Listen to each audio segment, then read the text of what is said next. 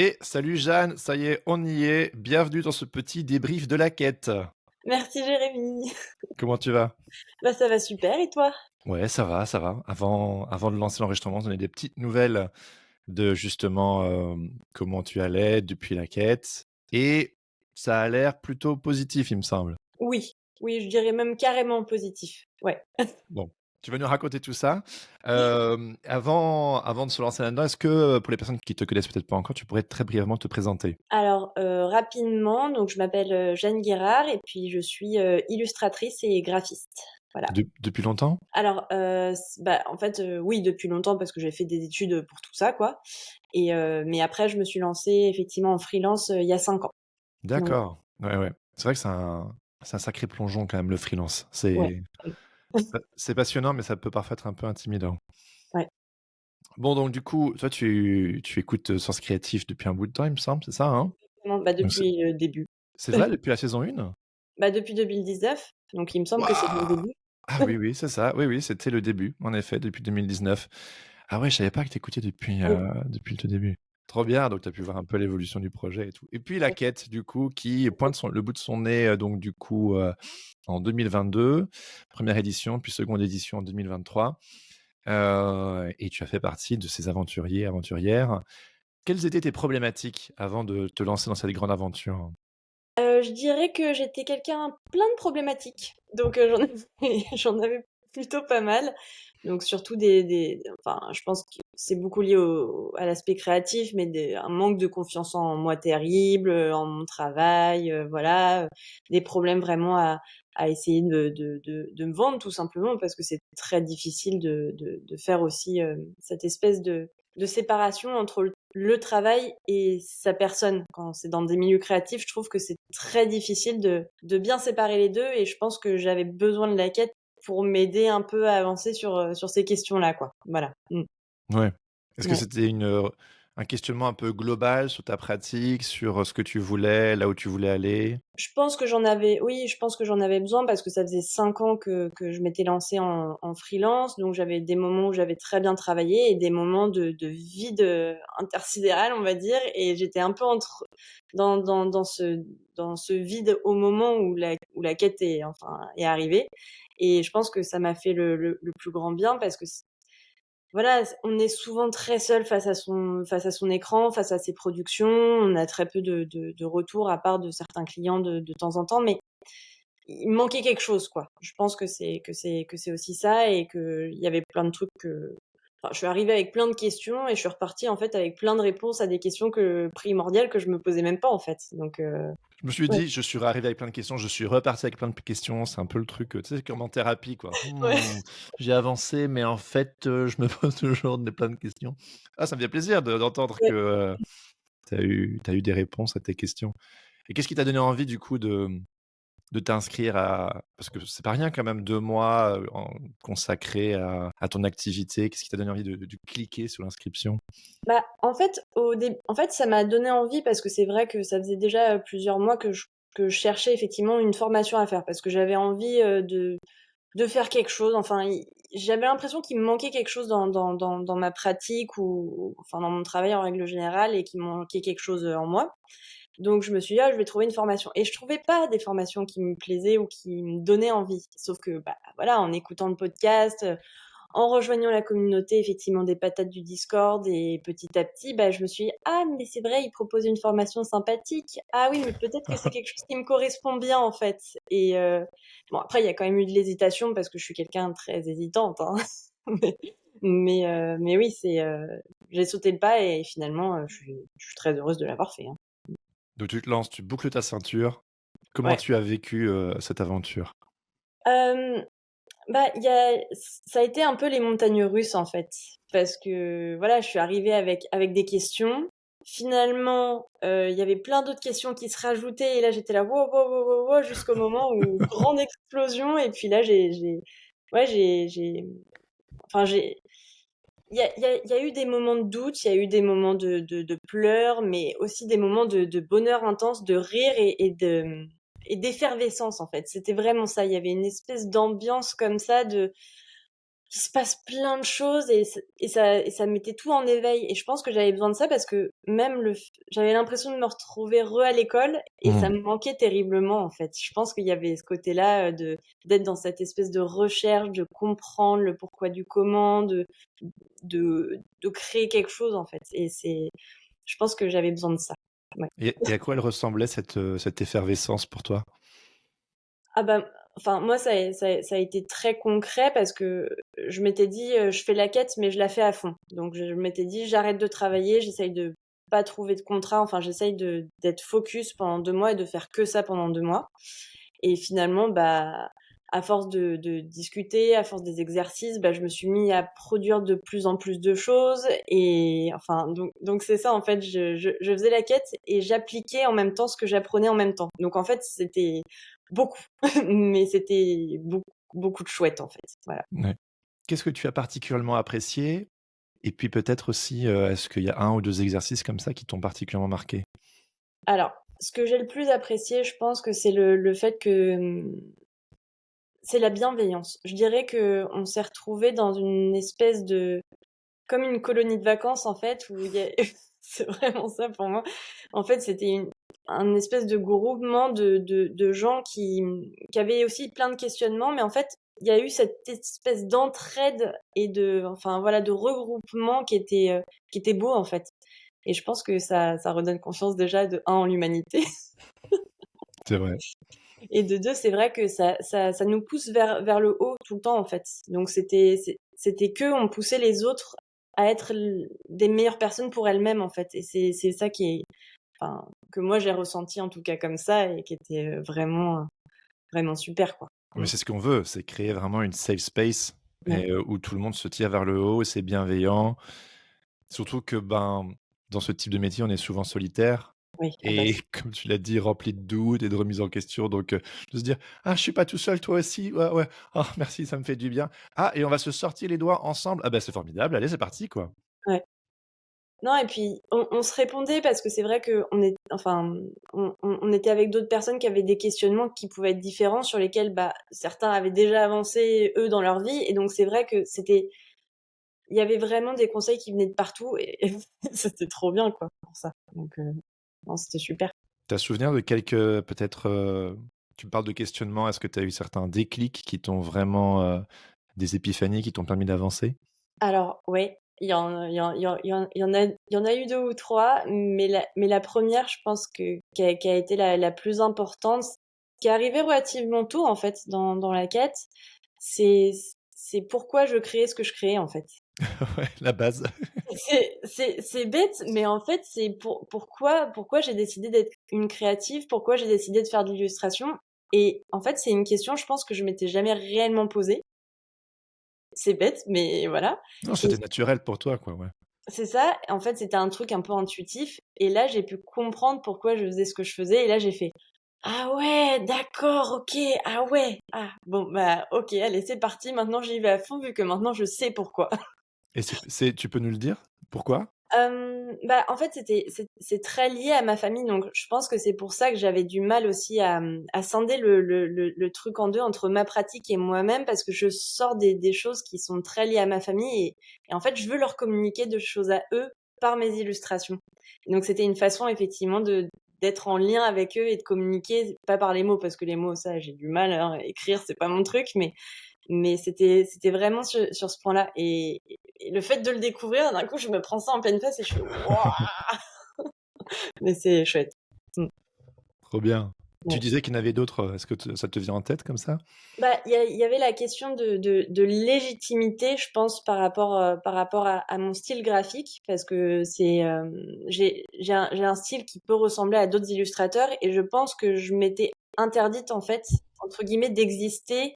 Je voulais pas, en fait, qu'on pense que je copie ou que je me rapproche trop de quelqu'un d'autre. Enfin, je pense que j'avais du mal à exister pour moi-même et à légitimer le fait que je faisais ce que je faisais, en fait. Et en fait, finalement, je me suis dit: «Bah, si, je suis là à ma place, en fait, et j'ai le droit de prendre ma place et c'est pas et ça va, en fait. Et non, je fais pas comme les autres parce que je suis moi-même et je parle des sujets qui me touchent moi personnellement et j'exprime ce que moi j'ai envie d'exprimer, en fait». et je crois que je m'étais un peu perdue dans tout ça et là, la quête, ça m'a permis de bien me remettre sur les rails, quoi. C'est fort, hein, mine de rien. Prendre Ouais. sa place, c'est pas une petite partie de plaisir, hein. Bah, c'est pas évident. Je pense que c'est pas ouais, c'est pas évident et quand on y arrive enfin, ça fait du bien. D'un coup, il y a un espèce de poids qui descend et c'est bien, quoi. Mmh. Il y a un exercice en particulier qui t'a permis justement de peut-être, t'assumer plus, mettre le doigt sur certaines singularités et dire: «Allez, j'y vais» ou Ah bah, évidemment, c'est celui des peurs, hein. Ça c'est ces exercices sur les peurs, vu que je suis quelqu'un de très stressé, qui a peur de tout, bah, évidemment, ça a sorti des trucs, voilà, des trucs qui étaient bien enfouis et que je mettais sous le tapis depuis des années en me disant: «Non, non, il se passe rien, non, non, tout va bien» et puis, et voilà. Mais je pense que oui, ça a permis aussi de faire ce déclic-là et de me dire: «Bah, ouais, ouais, j'ai pas à m'excuser, en fait, d'exister». Je pense que c'est ça, ce que je faisais avant, quoi. mais c'est vrai que la semaine sur les peurs, c'est toujours une semaine assez intense. Ouais. Bah, c'était intense parce qu'en plus, à un moment, il y avait aussi le podcast en même temps que j'écoutais et c'est vrai qu'il y avait plein de trucs qui se confondaient dans ma tête et tout et là, c'était, ouais. Tu La es semaine des peurs, ça a été, ouais, bien. Ouais, c'était du costaud, ouais. Ouais. Et ben justement, vu qu'on est un petit peu dans cet ordre-là, est-ce qu'il y a eu des moments, qui étaient compliqués pour toi justement, ou challengeants? C'est pas forcément obligé que c'est en lien avec les peurs, mais ou ça peut, hein, mais, quels sont parce qu'on a envie de que les personnes qui nous écoutent Mmh. saisissent que, bah, c'est une aventure, une vraie, quoi. Ouais. Ah bah, c'est une vraie aventure. Moi, je sais que je suis quelqu'un d'hypersensible, donc j'avais surtout peur que mes émotions débordent. Parce que ça, c'est quand même un peu le gros sujet du truc. Parce qu'effectivement, je suis très sensible et tout ça. Donc, en fait, j'avais surtout peur que mes émotions prennent le pas, en fait, sur, l'expérience que j'allais vivre et sur la quête. Donc ça, j'en avais beaucoup parlé, avant justement avec Laurent, avant de me lancer justement dans la quête, parce que c'est ça qui me faisait le plus peur, en fait, c'est que ça déborde et que j'abandonne, en fait. Et finalement, pas du tout. Au contraire, j'ai pu les sortir très facilement. Enfin, il y a eu des moments où effectivement avec, notre petit groupe de responsabilité, j'ai tout lâché, hein. Là, j'ai posé les larmes, tout ça. Ils m'ont dit: «Mais ça va, on est là, il y a pas de souci, aucun problème et on va tous y arriver et ça va être super» et c'est ce qui s'est passé et finalement, je pense que ça m'a soulagée de sortir tout ça parce que bah, maintenant, même d'en parler, je suis genre, tranquille, quoi. Il y a pas de larmes, il y a Belle gosse, belle rien. gosse. Ouais. Et ta guilde du coup, tu peux nous en parler? Parce que je sais que vous êtes tous tombés amoureux de votre guilde. Ah mais là, c'est ouais, c'est des gens qui sont de un extraordinaires, ça c'est clair et net. Donc on est 6 et ultra soudés et voilà, depuis la fin de la quête, bah, toutes les semaines, on se fait des FaceTime, on s'est au téléphone, on s'envoie des messages, enfin voilà, c'est devenu un peu, une seconde famille, quoi. Ça a vraiment créé je sais même pas comment exprimer ça tellement c'est fort, en fait. On vit un parcours en fait qui touche à plein de choses, qui touche effectivement au niveau professionnel et en même temps à quelque chose de très intime, je trouve et c'est vrai que ça a créé une espèce de connexion, genre, j'avais jamais vécu une connexion aussi rapide, sauf quand je suis tombée amoureuse quoi, Ouais. mais c'est vrai que c'est assez particulier, mais c'était vraiment super et voilà, on se challengeait, on se soutenait, on se donnait des petits coups de cravache histoire de se dire, voilà, là, on avance ensemble et on va continuer à avancer ensemble d'ailleurs parce que c'est ce qu'on continue à faire là depuis la fin de la quête, on s'est pas lâché quoi. Et pour les personnes qui peut-être se disent: «Mais c'est quoi ce petit groupe, cette guilde?» Comment tu la décrirais? C'est quoi son utilité? Bah, en gros, on arrive dans la quête, voilà, on a ce qu'on appelle un groupe de responsabilité, donc finalement, on va se pousser les uns les autres, parce qu'on a des exercices à faire quand même, parce que ça reste faut pas croire que c'est que la colonie, on fait des jeux et c'est voilà, faut comprendre dans les trucs un peu plus, voilà. Non, mais on se donne des rendez-vous effectivement, toutes les semaines pour voir comment les uns les autres avancent sur les problématiques, voir si eux ont des réponses et qu'est-ce qu'ils voient aussi sur notre travail, sur comment on avance et enfin tout se répond en fait et c'est vrai que enfin vous avez quand même très bien monté aussi ces guildes-là, on va dire parce que finalement, on s'est retrouvés sur plein de choses, en fait. On était très connectés, mais parce qu'on était tous un peu dans cette sensibilité-là et enfin, on avait un univers assez commun, en fait, déjà. Donc c'est pour ça aussi, je pense que ça a créé quelque chose de fort entre nous et mais ouais, pendant toute la quête, voilà, tous les jours, on s'envoyait des messages, quoi. C'était, «Qu'est-ce que tu fais? Est-ce que tu as fait l'exercice? Tu as lu le truc? Oui, alors moi, je pense ça et puis toi, ton travail et puis ci et puis ça». Enfin, voilà, donc c'était, ouais, on était tout le temps connectés, quoi. Mmh. Et comment tu as vécu les cours, les mentorats, les tavernes, comme ça? Dis-moi. Bah, je l'ai bien vécu parce que comme je t'ai dit plus tôt, c'est vrai que j'avais l'impression d'être à l'école et que ça m'avait terriblement manqué et il y avait ce truc-là aussi qui était super de parce que c'était pas que des simples cours, en fait. Il y avait aussi ce moment où on interagissait les uns avec les autres qui était ultra chouette. Donc effectivement, bah, oui, il y a de la théorie et voilà et il y a des choses à apprendre et en même temps, il y a ce truc-là où parfois on se retrouvait dans des petites salles avec des gens qu'on connaissait pas forcément et on était là à se livrer et à dire: «Bah, ouais, voilà, ça c'est ma plus grande peur». Mais on se connaissait ni d'Ève ni d'Adam et finalement c'était très, enfin, c'est c'était beaucoup d'émotions aussi, en fait. C'était, mais ça permettait de se dépasser, on va dire et de plus avoir peur aussi de prendre la parole, je trouve. Il y avait ce truc-là qui C'est vrai que quand on se dévoile un peu plus face à des personnes dans un cadre, une structure, rassurante et bienveillante et qu'en fait ça se passe bien, c'est sûr que ça donne confiance et on se dit: «Bah, c'est bon, il y a pas mort d'homme, on peut continuer, quoi». c'est ça. Donc ouais, non, au point de vue effectivement des cours, c'était vraiment chouette parce qu'il y avait aussi cette partie-là très humaine et c'est bête à dire, mais parfois les cours, c'était des trucs logiques, mais nous, on pouvait pas avoir ce recul. Enfin, j'ai l'impression que personne ne pouvait avoir ce recul-là et finalement, on apprend des choses qui sont presque, bah, oui, évidemment, pourquoi j'y ai pas pensé plus tôt? Bah, c'est bien pour ça qu'on faisait la quête, c'était pour pouvoir y penser parce que d'autres gens pouvaient y penser pour nous aussi. Ouais, c'est Donc ça. C'est remettre les petites, briques les unes à côté des autres et créer plein d'expériences collectives ou individuelles, pour, essayer de générer un fil que vous pouvez individuellement vous approprier, ouais, pour, que ça ait du sens pour vous et puis aussi bénéficier de regards extérieurs, ben, les gens de votre guilde, nous 3 ou bien aussi les masterclass, enfin les tavernes. Là aussi, vous aviez des expériences extérieures pour venir étoffer. Est-ce qu'il y en a une ou 2 qui t'ont marqué, Jeanne? ah oui, bah, oui. Pour le coup, Tiffany Cooper, c'était incroyable.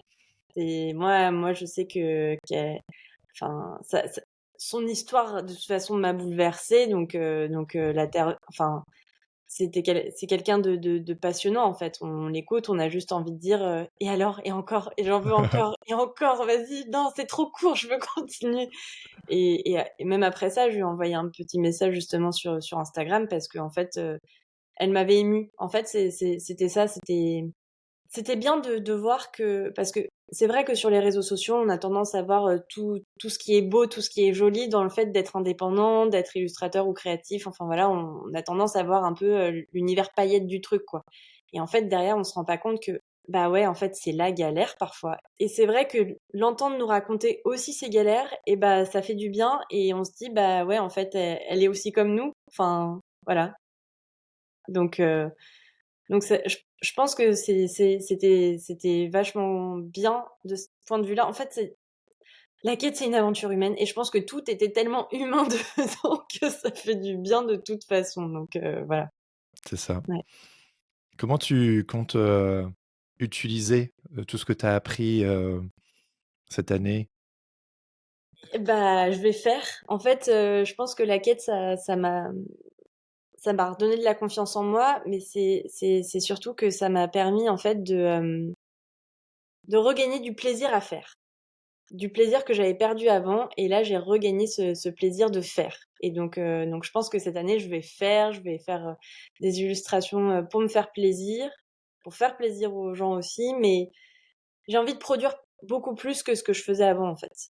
Je pense que c'est ça. J'avais perdu cette envie et avec la quête, je l'ai retrouvée et ça, ça a pas de prix, quoi. Ah, c'est beau, ça t'a Ouais. remis en appétit. Ouais, tout à fait, ouais. Mmh. Et puis j'imagine qu'il y a aussi, la quête, c'est dense, c'est 2 mois et puis, on n'a qu'une envie, c'est de on n'a pas le temps, en fait, de vraiment entièrement mettre en pratique parce qu'on est Non. c'est quand même assez dense et puis après, il y a cette sorte de frustration qui monte, qui monte, qui monte, qui fait que quand c'est fini, c'est genre bam! Boulet de canon, quoi. Ouais. Bah, après moi je sais que ça m'a pris quand même, 3 semaines. J'ai pris 3 semaines là après la fin de la quête histoire de digérer, de me dire: «OK, bon, il s'est passé tout ça, je vais quand même un peu relire les exercices, je vais récupérer les trucs et tout, je vais digérer et tout» et d'un coup, bah, effectivement, bah, c'est reparti en fait. Donc là, ouais, ça m'a remis une pile en fait, tout simplement. Je sais pas comment dire ça autrement, mais c'est ça, ça m'a remis une pile quoi. Mmh. C'est trop bien. Je tu avais lu, tu écrit, pardon, dans un petit retour: «J'ai réussi à prendre confiance en mon travail et il faut dire que c'était pas gagné». Ouais, ouais, ça c'est clair. Ouais, Ah, c'est un beau cadeau, hein. Enfin, je veux ouais. dire, c'est un cadeau que tu t'es fait à toi, mais je veux dire, Oui, bien sûr. Bah, que vous c'est m'avez fait aussi parce que c'est vrai que vous êtes derrière tout ça donc oui, oui, mais c'est vous qui faites le travail. Enfin, je veux dire ah! Arrête, c'est non, Ah! arrête, arrête. Heu, hem, si tu devais, pour terminer, Jeanne, je me suis demandé: «Est-ce qu'il y aura un moment comme ça ou pas?» Classic Jane. Hem, si tu devais conseiller la quête à quelqu'un qui nous écoute et qui hésite peut-être, tu lui dirais quoi? Heu, je lui dirais franchement c'est une expérience à faire, faut la faire en fait. Il y a un moment la vie est trop courte, pourquoi ne pas la faire? En fait, c'est surtout ça la question, c'est pourquoi ne pas la faire? Enfin, moi j'ai pris du temps quand même parce que c'est vrai que j'étais dans cette hésitation-là. J'ai écouté des retours de gens qui l'avaient fait et je me suis dit: «Bon, de toute façon qu'est-ce que j'ai à perdre à part mes points CPF?» Franchement, Oui, c'est vrai, on oublie de le préciser, c'est 100 finançable, c'est pas rien ça. voilà, donc voilà. Donc finalement, non, je crois que j'aurais regretté de pas l'avoir fait, Nous cette liste. aussi. Mmh. Bon, bah, merci Jeanne, c'était super, d'avoir ton retour, d'expérience. Merci. J'ai hâte de voir du coup, où tes pas vont te mener et où ces dessins que tu fais pour toi, tu Ouais, sais, où tu te racontes, j'ai trop hâte de voir, comment ça va se matérialiser. la suite au prochain épisode. Exact. Bon, bah, je te souhaite une bonne journée et je te À remercie toi aussi. encore. À bientôt Jeanne. Merci. Salut. Salut.